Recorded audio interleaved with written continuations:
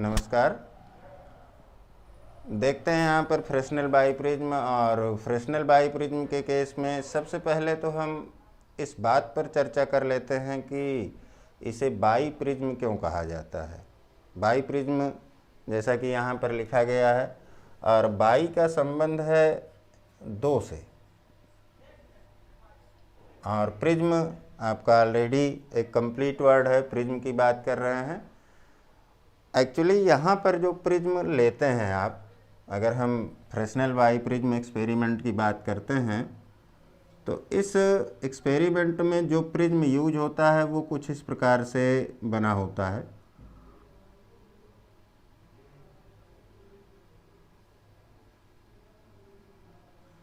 ये मान लीजिए कि आपका प्रिज्म है, इसको ABC कह दिया जाए।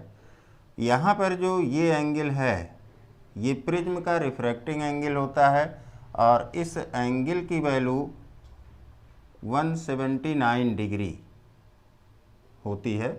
और इस सिचुएशन में यहाँ पर जो दोनों एंगल हैं, ये दोनों एंगल 0.5 डिग्री एंड 0.5 डिग्री के बनते हैं। मतलब कि आप इसको कह सकते हैं कि ये आपका 30 मिनट का एंगल होता है। ठीक है, 1 डिग्री 60 मिनट और 1 मिनट 60 सेकंड में डिवाइड होता है।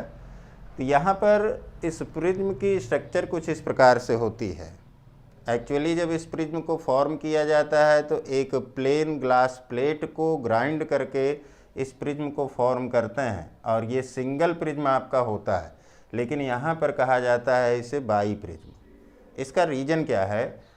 तो यहाँ पर देखें कि ये प्रिज्म जो आपका बना हुआ है, जो कि ऑब्ट्यूस एंगल प्रिज्म होता है। यहाँ पर जो प्रिज्म एंगल है ये आपका ऑब्ट्यूस एंगल है 179 डिग्री।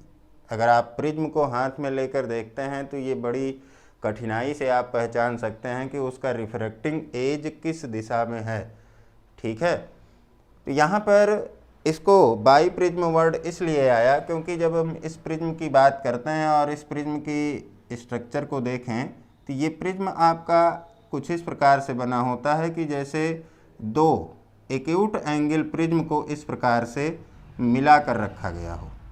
यहाँ पर देखें, जैसे ये आपके दो प्रिज्म हैं, इस प्रिज्म का एंगल ये है प्रिज्म एंगल जो कि 30 मिनट का होगा, और यहाँ पर इस प्रिज्म का एंगल ये भी आपका 30 मिनट का है।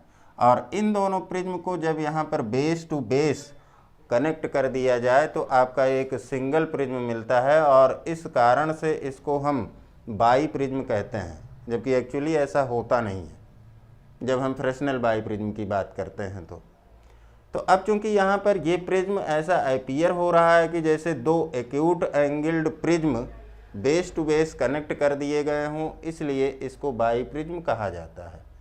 ठीक है, ये क्वेश्चन यहाँ पर इम्पोर्टेंट होगा कि why it is called by prism, जबकि सिंगल प्रिज्म होता है तो बाई प्रिज्म क्यों कहा जाता है। तो उसका आंसर आप करेंगे कि चूंकि ये प्रिज्म आपका इस प्रकार से अपीयर होता है कि जैसे दो एक्यूट एंगल प्रिज्म को बेस टू बेस कनेक्ट करके रख दिया गया हो, इसलिए यहाँ पर इसको हम बाई प्रिज्म कहते हैं। ठीक है, और यहाँ पर रिफ्रैक्शन फिनोमेना के द्वारा, इस एक्सपेरिमेंट में रिफ्रैक्शन फिनोमेना के द्वारा हम कोहेरेंट सोर्सेज प्रोड्यूस करते हैं, और दोनों कोहेरेंट सोर्सेज जो प्रोड्यूस होते हैं वो वर्चुअल सोर्स होते हैं। मतलब कि एक स्लिट सोर्स की दो इमेज वर्चुअल इमेज का फॉर्मेशन करते हैं by the phenomena of refraction, और वो दोनों वर्चुअल सोर्स जो हैं कोहेरेंट सोर्स की तरह बिहेव करेंगे और इंटरफेरेंस पैटर्न प्रोड्यूस करेंगे, और इंटरफेरेंस पैटर्न में हमको bright and dark fringes obtained होती हैं। फ्रेस्नेल बाईप्रिज्म के केस में हम जो एक्सपेरिमेंट परफॉर्म करते हैं उसमें बेसिकली हम डिटरमाइन करते हैं गिवन मोनोक्रोमेटिक सोर्स की वेवलेंथ को। मतलब कि जो मोनोक्रोमेटिक सोर्स दिया गया है, जनरली आपकी लैब में जो सोर्स दिया जाएगा वो आपका सोडियम लैंप होगा, और अगर सोडियम लैंप की बात करते हैं तो सोडियम लैंप के केस में जो वेवलेंथ आती है, सोडियम में 2 लाइन होती हैं। लैम्डा 1 की बात करें तो ये आपकी 5890 एंगस्ट्रॉम, और लैम्डा 2 की बात करें तो ये आपका 5896 एंगस्ट्रॉम। ये दोनों वेवलेंथ होती हैं, और दोनों वेवलेंथ के बीच का जो सेपरेशन है वो नियरली 6 एंगस्ट्रॉम है। वेरी स्मॉल डिफरेंस होता है, और इस कारण से हम इसकी मीन वेवलेंथ लैम्डा 5893 एंगस्ट्रॉम को यूज करते हैं, और इसे as a monochromatic source use करते हैं। एक्चुअली जो आपका सोडियम लैंप है वो मोनोक्रोमेटिक सोर्स नहीं है, क्योंकि वहाँ पर 2 वेवलेंथ प्रेजेंट हैं, जैसा कि हमने दिखाया लैम्डा 1 एंड लैम्डा 2, जिनको sodium D1 and D2 lines भी कहते हैं। सोडियम लैंप के केस में ये दोनों लाइन या ये दोनों जो वेवलेंथ मिल रही हैं, इनको D1 और D2 लाइन कहने का रीज़न ये है कि इनिशियली जब जोसेफ फ्रॉनहोफर ने डिफ्रैक्शन पैटर्न को ऑब्टेन किया स्टार से आने वाले रेडिएशन से, तो फोटोग्राफिक प्लेट पर उन्होंने देखा कि डी पोजीशन पर 2 लाइंस मिल रही हैं येलो कलर की। यहाँ पर फोटोग्राफिक प्लेट है ये मान लीजिए, और इस पर जोसेफ फ्रॉनहोफर ने जो डिफ्रैक्शन पैटर्न ऑब्टेन किया उसमें कुछ बैंड्स मिल रहे थे इस प्रकार से।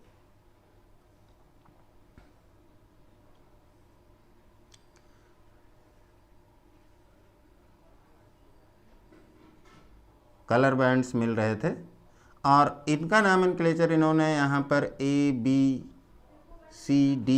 इस प्रकार से किया। डी पोजीशन पर जो बैंड मिल रहे थे, इनमें 2 बैंड मिले उनको, क्लोजली स्पेस्ड, एक दूसरे से बहुत नज़दीक थे। 2 बैंड कलर बैंड मिले, और ये दोनों कलर बैंड येलो कलर के थे, ब्राइट येलो कलर। और उसके बाद जब उन्होंने एनालिसिस की कि ये बैंड यहाँ पर जो मिल रहे हैं 2 एक साथ, ये किस कारण से हैं, तो उन्होंने देखा कि ये स्टार में प्रेजेंट सोडियम मेटल के रेडिएशन के कारण ये बैंड मिल रहे हैं। स्टार्स में जो सोडियम मेटल प्रेजेंट है उससे जो रेडिएशन हो रहा है उसके कारण यहाँ पर ये दोनों बैंड मिले हैं। क्योंकि ये दोनों बैंड डी पोजीशन पर हैं, ABCD डी पोजीशन पर आ रहे थे, इसलिए इनके नाम में यहाँ पर इनको क्रमशः फर्स्ट एंड सेकंड में D1 एंड D2 लाइंस कहा गया। और चूंकि ये लाइंस यहाँ पर सोडियम मेटल से रेडिएशन होने के कारण थी, इसलिए इनको sodium D1 and D2 lines कहा गया, जिनकी वेवलेंथ क्रमशः यहाँ पर लैम्डा 1 एंड लैम्डा 2 इस फॉर्म में लिखी जाती है। फ्रेस्नेल बाइप्रिज्म के केस में जनरली हम एक्सपेरिमेंटल लैब में इसी सोडियम लैंप के इन वेवलेंथ को ऑब्टेन करते हैं, जिसमें हमको mean wavelength lambda equal to 5893 angstrom को डिटरमाइन करना होता है। ठीक है, तो इसके लिए अब यहाँ पर ये आवश्यक है समझना कि फ्रेस्नेल बाइप्रिज्म से इंटरफेरेंस फेनामेना कैसे होती है उसको देखा जाए। तो फ्रेस्नेल बाइप्रिज्म में आइए देखते हैं कि किस प्रकार से इंटरफेरेंस प्रोड्यूस होता है।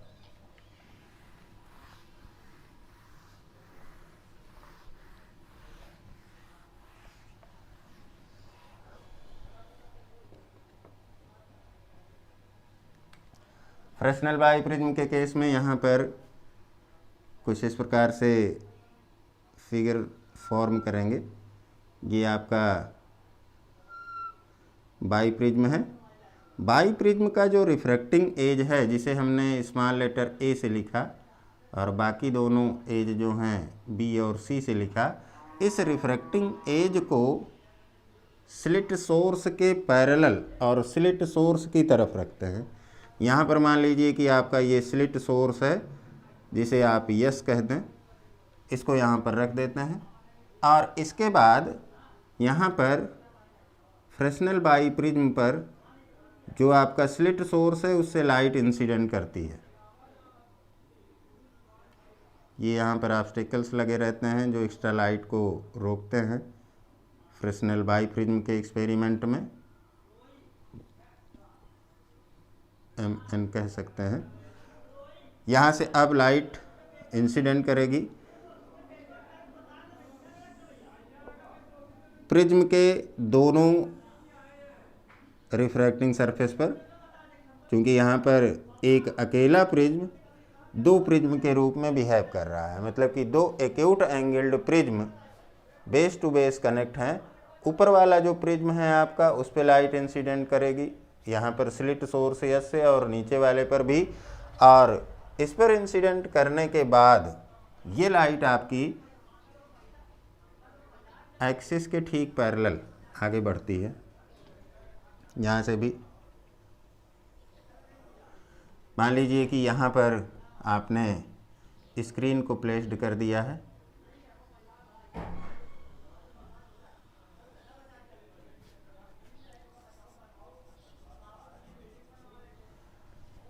दूसरी लाइट जो सोर्स यस से निकलेगी उसको हम यहाँ पर जो प्रिज्म का बेस है उसके नज़दीक कंसीडर कर लेते हैं दोनों तरफ। इसको डबल एरो से यहाँ पर बना लें। ये जो लाइट आगे बढ़ रही है इसको हम पीछे की डायरेक्शन में बढ़ाएं, दोनों लाइट को। और यहाँ पर जो ये लाइट आई, अब इसका चूँकि यहाँ पर ये प्रिज्म बेस साइड में आ रही है, बेस के नज़दीक है दोनों लाइट रे जो सोर्स एस से आगे बढ़कर आ रही है, तो इसका डेविएशन यहाँ पर अब प्रिज्म के द्वारा ज़्यादा होगा और इसका डेविएशन इस डायरेक्शन में यहाँ पर हुआ, ये आपकी लाइट। और इसी प्रकार से ये जो है इसका डेविएशन कुछ इस डायरेक्शन में।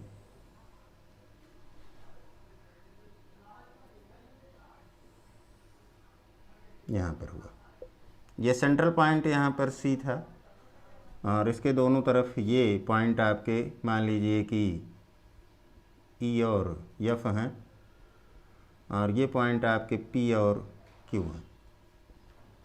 कुछ इस प्रकार की फिनोमेना हुई।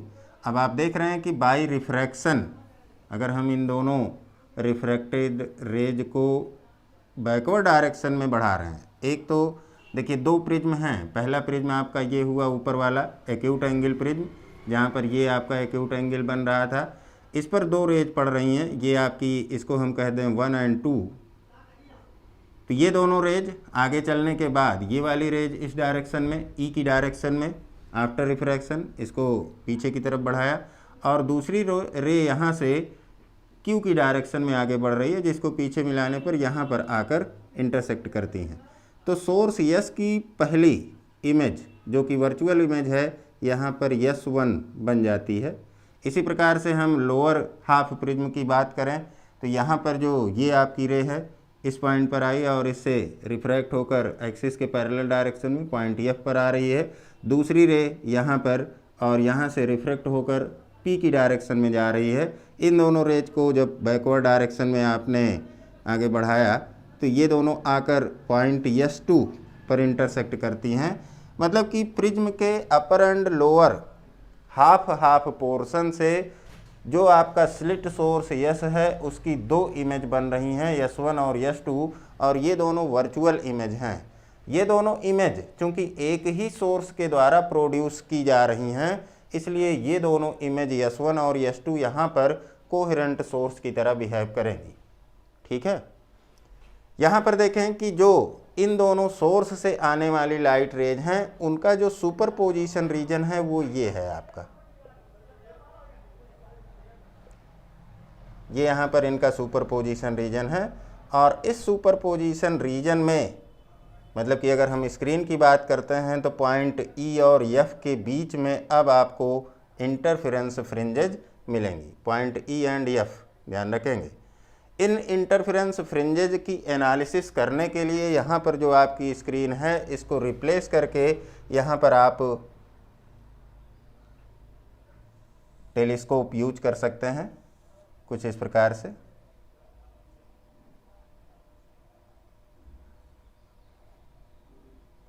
और टेलीस्कोप में आप आई पीस को यूज करेंगे और इस आई पीस के थ्रू लाइट जो है आपकी आँख पर पहुँचेगी।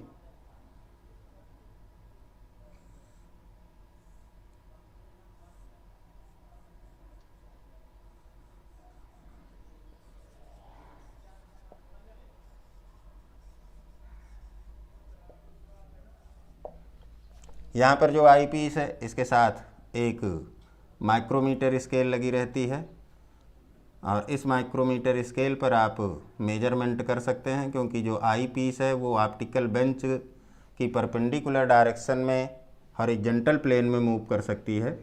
ये माइक्रोमीटर स्केल है आपकी।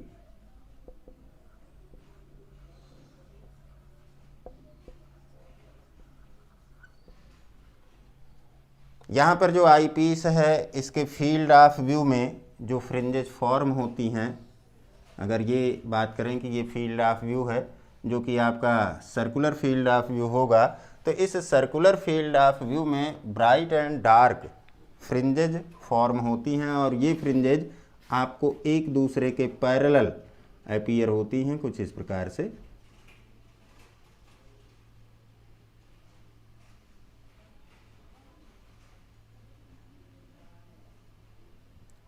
पूरे के पूरे फील्ड ऑफ व्यू में दिखाई पड़ सकती हैं अगर आपका एडजस्टमेंट सही है तो। इस प्रकार से bright and dark fringes appear होती हैं। इन ब्राइट एंड डार्क फ्रिंजेज की पोजीशन को मेजर करने के लिए हम यूज करते हैं जो आई पीस में लगा हुआ क्रॉस वायर है। ये मान लीजिए कि आपका क्रॉस वायर है इस प्रकार से।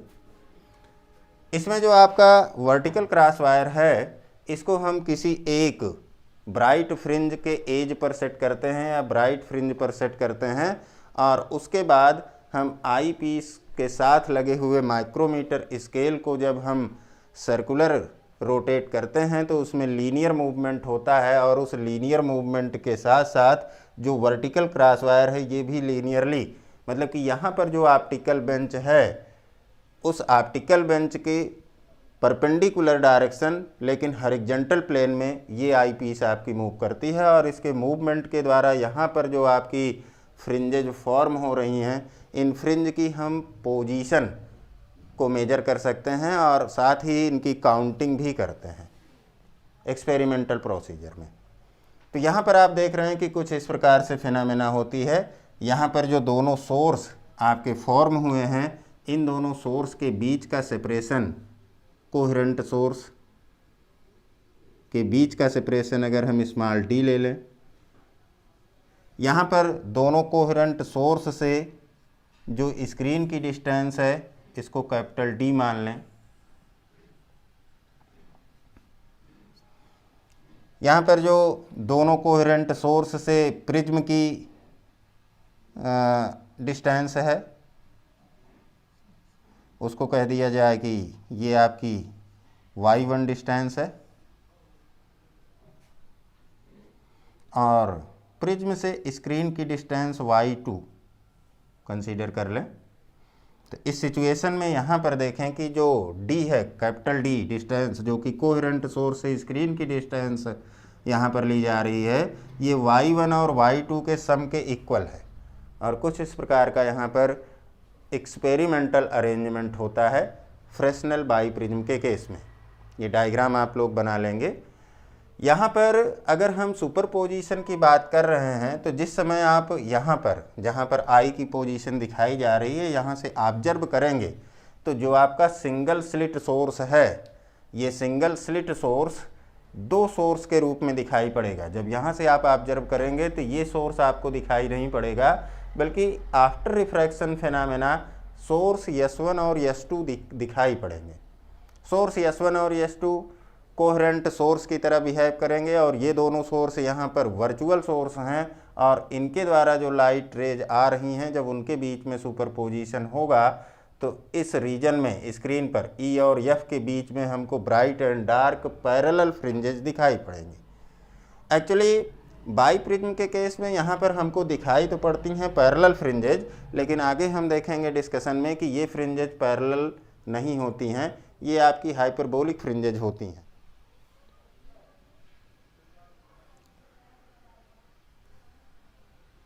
अब आइए आगे चलते हैं यहाँ पर और देखते हैं कि थ्योरी ऑफ इंटरफेरेंस फ्रिंजेज क्या है इसमें।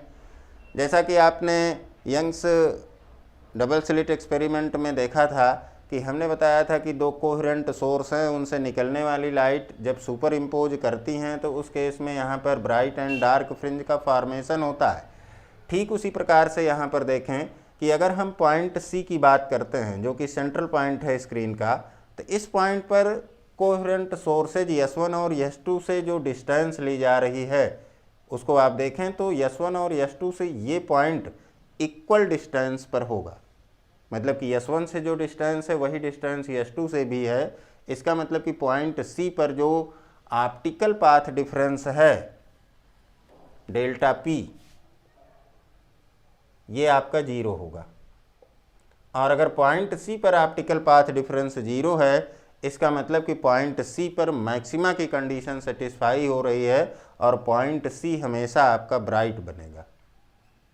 इसके बाद क्रमशः पॉइंट C के दोनों तरफ डार्क एंड ब्राइट फ्रिंजेज बनती चली जाएंगी अगर आपका ये सोर्स मोनोक्रोमेटिक सोर्स है, मतलब कि एक वर्णीय प्रकाश स्रोत है। यहाँ पर जो ये सोर्स लिया गया है ये आपका मोनोक्रोमेटिक है। और अगर ये सोर्स आपका मोनोक्रोमेटिक सोर्स है तो इस कंडीशन में bright and dark fringes, alternate bright and dark fringes form होंगी। और अगर आपका ये सोर्स पॉलीक्रोमेटिक हो जाता है तब उस सिचुएशन में देखेंगे आगे हम कि यहाँ पर जो फ्रिंजेज बनेंगी उसमें जो सेंट्रल फ्रिंज है वो आपकी वाइट बनेगी। ध्यान रखिएगा, ब्राइट के साथ साथ उसका कलर वाइट होगा और उसके दोनों तरफ जो बाकी फ्रिंजेज बनेंगी ब्राइट फ्रिंजेज वो कलर्ड फ्रिंजेज होंगी और फ्रिंज कुछ ही संख्या में दिखाई पड़ेंगी।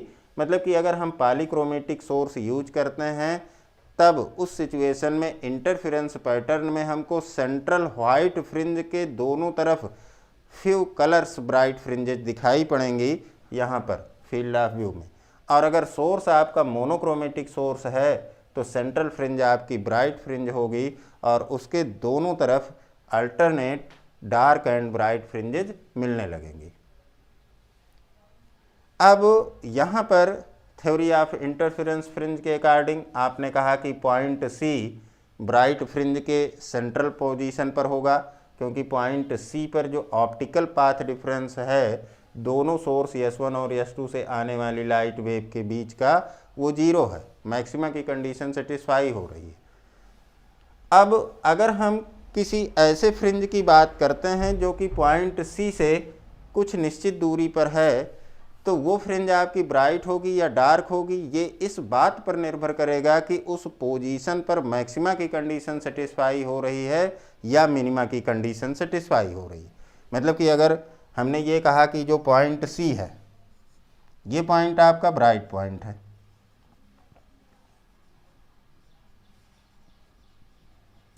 तो अगर इस पॉइंट C से किसी दूसरे पॉइंट की डिस्टेंस को हम मेजर करें और एक्शन इक्वल टू कह दें n lambda capital D upon small d के इक्वल है तो ये आपकी पोजीशन जो एक्शन डिस्टेंस है पॉइंट C से, मान लीजिए कि यहाँ पर ले रहे हैं पॉइंट कोई दूसरा, इस पॉइंट की बात करें और इस पॉइंट को हम यहाँ पर मान लेते हैं कि ये पॉइंट आपका G पॉइंट है। इस पॉइंट G की अगर हम चर्चा करें और इस पॉइंट G की डिस्टेंस को अगर हम पॉइंट C से यहाँ पर XN ले रहे हैं थ्योरी ऑफ इंटरफेरेंस फ्रिंजेज के अकॉर्डिंग, तो ये पॉइंट G ब्राइट तब होगा जब इस पॉइंट की डिस्टेंस ये आए XN equal to n lambda capital D upon small d हो, तब ये पॉइंट आपका ब्राइट हो जाएगा।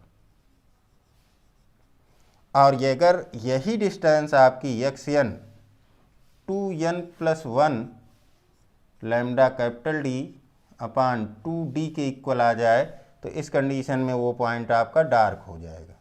जैसा कि हमने बताया था पिछले लेक्चर में पोजीशन ऑफ इंटरफेरेंस फ्रिंजेज के केस में कि किस फ्रिंज की पोजीशन क्या होगी सेंट्रल पॉइंट से, कि अगर आपकी कोई फ्रिंज ब्राइट फ्रिंज है तो उसकी पोजीशन क्या मिल सकती हैं, तो यहाँ पर आपने ये देखा था। और अगर कोई फ्रिंज आपकी डार्क फ्रिंज है तो उसकी पोजीशंस क्या हो सकती हैं उसको यहाँ पर इस फार्मूले के अकॉर्डिंग देखा था आपने।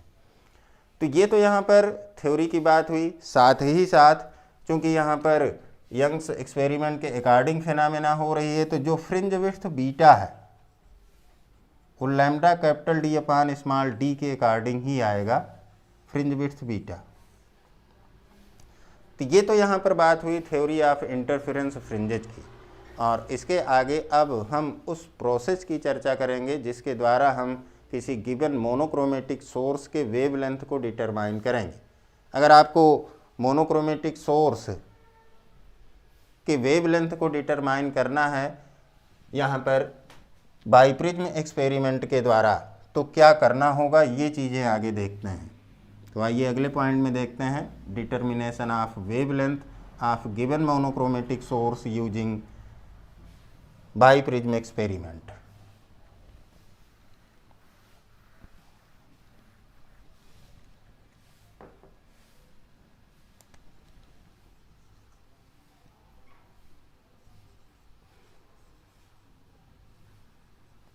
Determination of wavelength of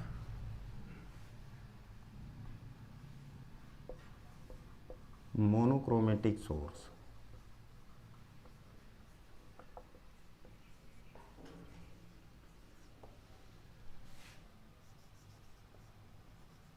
using Fresnel's biprism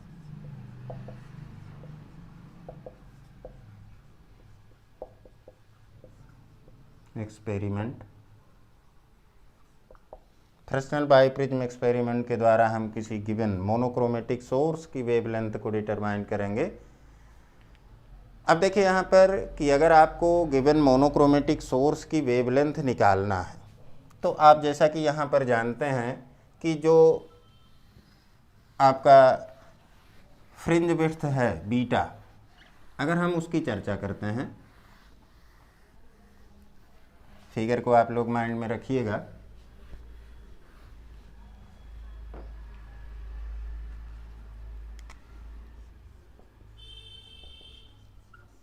fringe width का जो कैलकुलेशन आपने किया वो beta equal to lambda capital D upon small d के इक्वल है।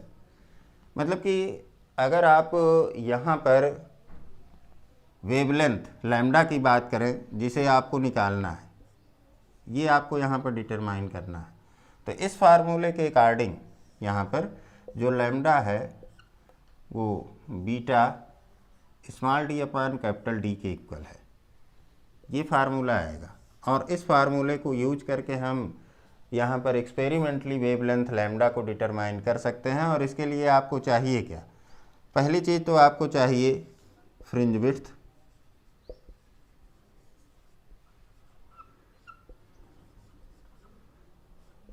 Fringe width beta. दूसरी चीज़ चाहिए आपको distance between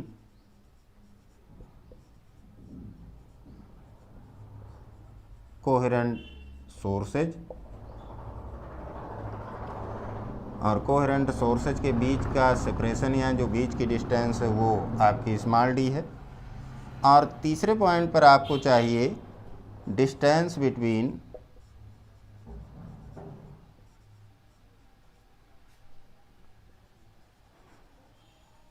coherent sources and screen. Screen और कोहेरेंट सोर्सेज के बीच का जो सेपरेशन है, जो बीच की डिस्टेंस है, उसको यहाँ पर जिसे आप कैपिटल डी से लिख रहे हैं, अगर ये तीनों क्वांटिटी आपको मिल जाए तो इस फार्मूले के अकॉर्डिंग आप वेवलेंथ लैम्डा को बड़ी आसानी से कैलकुलेट कर सकते हैं। और एक एक को हम यहाँ पर देखेंगे कि किस प्रकार से इस एक्सपेरिमेंट में डिटरमाइन करते हैं, जिसमें अगर हम इस लास्ट वाले की बात करें डिस्टेंस डी की, तो जो फ्रेस्नेल बाइप्रिज्म का अरेंजमेंट है, देखें यहाँ पर थोड़ा सा, फ्रेस्नेल बाइप्रिज्म के अरेंजमेंट में जो सबसे पहला अपराइट होता है, मान लीजिए कि ये आपकी ऑप्टिकल बेंच है, लगभग यहाँ पर 1.5 मीटर लॉन्ग होती है ये एक्सपेरिमेंटल लैब में। इसका जो पहला अपराइट होता है यहाँ पर, इस पहले अपराइट पर प्रिज्म आपका रखा जाता है। तो यहाँ पर प्रिज्म की पोजीशन होती है, ये आपका बाई प्रिज्म है। दूसरा अपराइट जो यहाँ पर आता है, उस दूसरे अपराइट पर एक कॉन्वेक्स लेंस यूज होता है।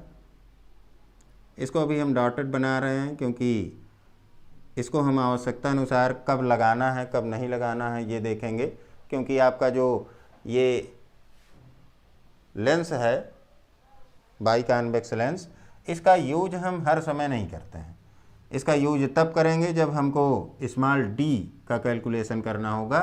और जो अगला अपराइट होता है इस पे आप लगाते हैं यहाँ पर आई पीस।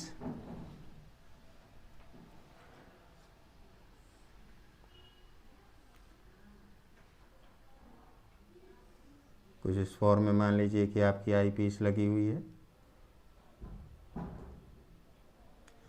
और जो प्रिज्म है इसके पहले यहाँ पर आप रखते हैं स्लिट। स्लिट एक सर्कुलर डिस्क होगी जिसके बीच में यहाँ पर स्लिट का फॉर्मेशन होगा, और इस सर्कुलर डिस्क के ऊपर एक स्क्रू लगा रहेगा जिसके द्वारा इसको हम सर्कुलर रोटेट कर सकते हैं। यहाँ पर जो आपकी ये स्लिट लग रही है इसके ठीक पहले यहाँ पर अब आपका सोडियम लैंप रखा होगा कुछ इस प्रकार से।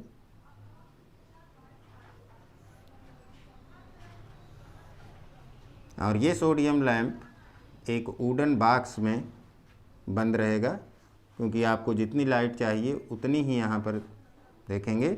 और इस स्लिट के सामने यहाँ पर एक ओपनिंग होगी और इसके द्वारा लाइट इस पर पड़ेगी और इसके बाद आगे चलकर यहाँ पर आएगी। ये अरेंजमेंट होता है जो आपका फ्रेस्नेल बाई प्रिज्म का अरेंजमेंट है। मतलब कि यहाँ पर ऑप्टिकल बेंच पर आपके पास कुल अपराइट की संख्या 4 होगी। सबसे पहले यहाँ पर आपका सोडियम लैंप होगा,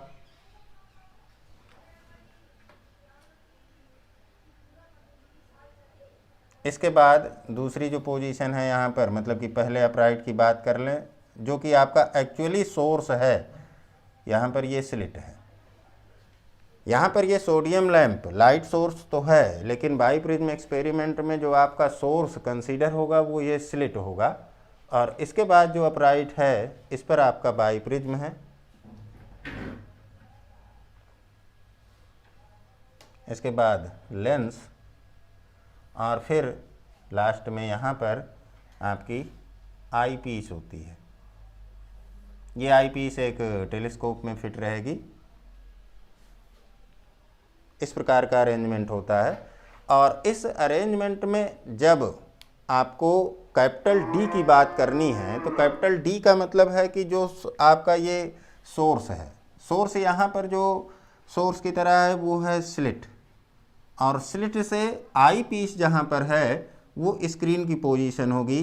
तो अगर ऑप्टिकल बेंच पर अगर हम इस डिस्टेंस को मेजर कर लेते हैं, यहाँ पर आपके स्केल बने होंगे ऑप्टिकल बेंच पर सेंटीमीटर और मिलीमीटर में, वहाँ से आप इन दोनों की पोजीशन का अगर डिफरेंस ले लें तो दोनों के बीच की डिस्टेंस आपको मिल जाएगी।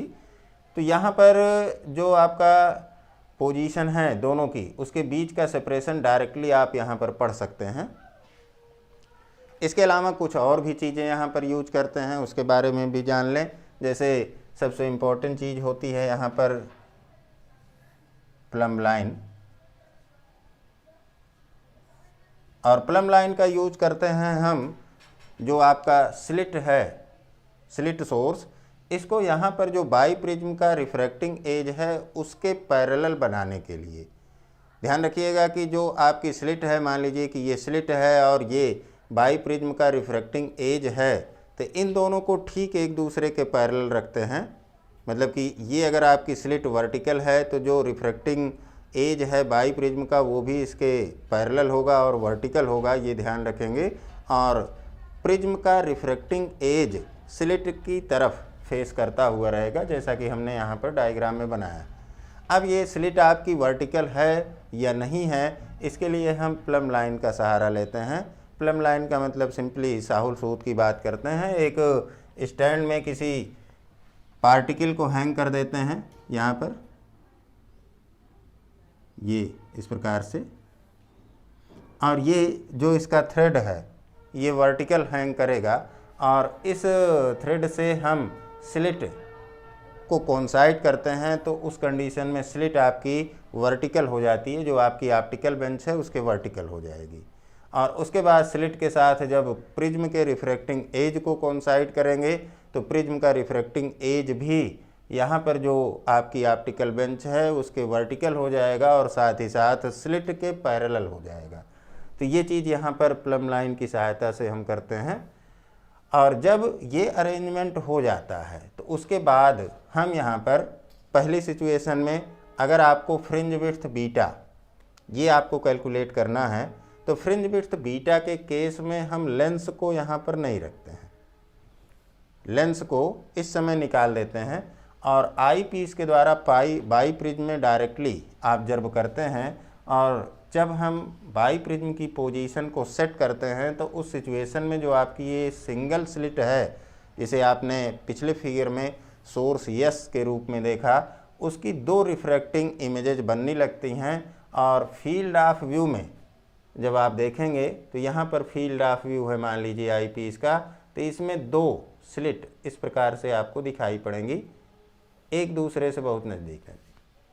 आई पीस को यहाँ पर आपने रखा इसके नज़दीक, और जब अब पीछे की तरफ मूव करेंगे तो इन दोनों सोर्स की जो इमेज आपको दिखाई पड़ रही है, स्लिट सोर्स यस की जो दोनों इमेज दिखाई पड़ रही हैं वो धीरे धीरे गायब होंगी। और जैसे ही आप आई पीस को पीछे बढ़ाते हुए जाएंगे तो कुछ निश्चित दूरी तक पहुँचने के बाद यहाँ पर फील्ड ऑफ व्यू में दोनों का सुपरपोजिशन स्टार्ट होगा और फील्ड ऑफ व्यू में अब आपको ब्राइट और डार्क फ्रिंजेज अपीयर होने लगेंगी।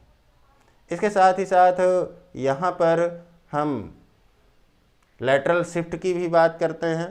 लेटरल शिफ्टिंग का मतलब ये हुआ कि अगर हम आई पीस में लगे हुए क्रॉस वायर को किसी एक ब्राइट फ्रिंज पर सेट कर दें, वर्टिकल क्रॉस वायर को, और उसके बाद आई पीस को बैकवर्ड या फॉरवर्ड डायरेक्शन में मूव करते हैं, तो उस सिचुएशन में वर्टिकल क्रॉस वायर अगर एक ही ब्राइट फ्रिंज या डार्क फ्रिंज की पोजीशन पर सेट है और वहीं पर बना रहे हमेशा, तब ये कहा जाएगा कि लेटरल शिफ्ट नहीं है।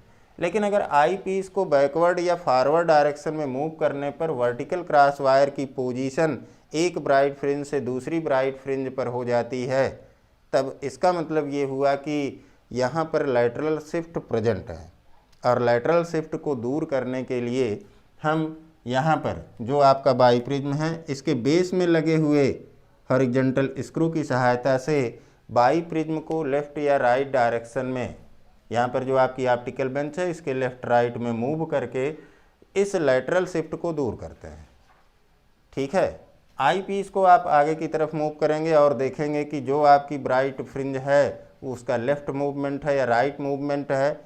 आई पीस में देखने पर अगर आपकी ब्राइट फ्रिंज मान लीजिए कि आपके लेफ़्ट डायरेक्शन में मूव करती है, तो उस सिचुएशन में बाई प्रिज्म को आप थोड़ा सा जो है राइट डायरेक्शन में मूव कर देंगे और इस प्रकार से ये प्रक्रिया बार बार रिपीट करते रहेंगे जब तक कि आई पीस को फॉरवर्ड या बैकवर्ड डायरेक्शन में ले जाने पर जो फ्रिंज पैटर्न दिखाई पड़ रहा है उसमें फ्रिंजेज क्रॉस वायर की पोजीशन पर बनी रहें, वो उनमें लेफ़्ट या राइट मूवमेंट ना हो। तब उस सिचुएशन में ये कहा जाएगा कि अब आपकी लेटरल शिफ्ट दूर हो चुकी है। और जब लेटरल शिफ्ट दूर हो जाए तो उस सिचुएशन में अब हम वेल ऑब्जर्वेबल इंटरफेरेंस की कंडीशन को सेटिस्फाई करेंगे, मतलब कि आई पीस को सुटेबल लॉन्ग डिस्टेंस पर रखेंगे जिससे हमारी जो ब्राइट एंड डार्क फ्रिंजेस दिखाई पड़ रही हैं उनकी विड्थ सुटेबल हो जाए और इतना सुटेबल हो जाए कि उनको हम काउंट कर सकें। ठीक है, जब इस प्रकार की आपकी सेटिंग हो जाएगी तो उसके बाद अब जो फील्ड ऑफ व्यू में आपको यहाँ पर फ्रिंजेज दिखाई पड़ रही हैं, कि ब्राइट एंड डार्क फ्रिंजेज यहाँ पर फील्ड ऑफ व्यू में आ रही हैं,